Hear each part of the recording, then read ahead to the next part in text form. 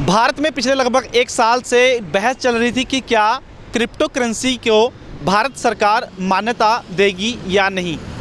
इस बार बजट में सरकार के द्वारा फैसला लिया है और ऐलान हुआ है कि सभी डिजिटल असेट्स पर 30% का टैक्स लगाया जाएगा और उसके अंदर क्रिप्टो करेंसी भी आएगी। आपको बता दें कि भारत में किसी भी क्रिप्टो करेंसी को वैध करेंसी के रूप में मान्यता नहीं मिलेगी। आपको बता दें कि आज तक देश में सिर्फ भारतीय रुपये के अलावा किसी भी वस्तु को, चीज़ को भारतीय मुद्रा के रूप में पहचान नहीं मिली है। भारत के वित्त सचिव ने भी ये बात कही है कि भारत सरकार किसी भी क्रिप्टो करेंसी को भारतीय करेंसी के रूप में पहचान नहीं देगा, क्योंकि आज तक सोना, चांदी और हीरा इतने मूल्यवान होने के बावजूद भी आज तक उन्हें भारत की करेंसी में जो है वैध करेंसी में शामिल नहीं किया गया है। इसके अलावा और भी ऐलान हुए हैं कि अगर ज़रूरत से ज़्यादा अगर ट्रांजैक्शन होती है तो उसके ऊपर 1% TDS भी देना होगा, क्योंकि पिछले कुछ सालों से हम देख रहे हैं काफ़ी टाइप की जो क्रिप्टो करेंसी है वो बाज़ार में आई है और उसके कारण लेन देन जो है काफ़ी ज़्यादा बढ़ा है और इसको एक चर्चा थी क्या भारत सरकार इसको मान्यता देगी। इसके अलावा भारत सरकार ने ऐलान किया है कि RBI जल्द ही डिजिटल रुपए की शुरुआत करने जा रहा है, यानी कि भारत की जो ऑफिशियली करेंसी होगी वो RBI की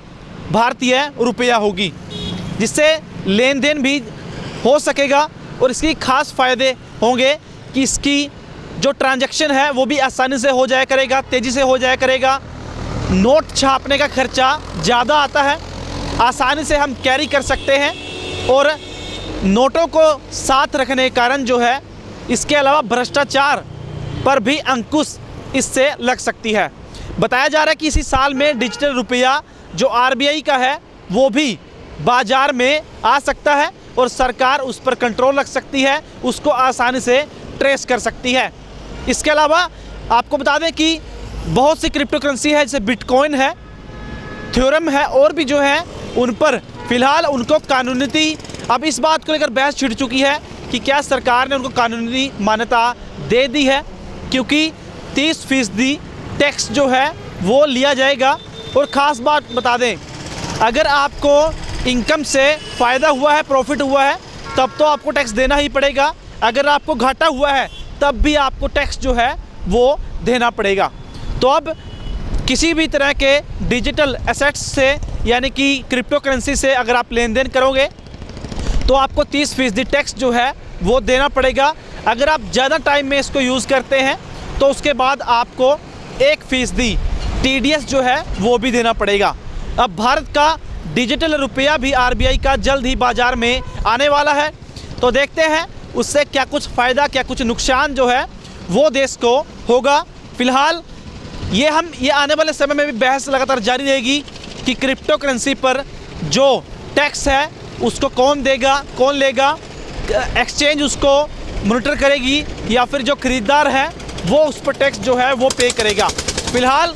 कुछ बातों के जवाब जो है वो आने वाले समय में ही सरकार को, और आने वाले समय में जैसे जैसे टैक्स कटेगा तब उस बात का जवाब जो है वो हमें आसानी से मिलेगा। फ़िलहाल देखते हैं करेंसी को जो है उस पर टैक्स लगाने से और डिजिटल रुपया आने से देश में क्या कुछ बदलाव आता है।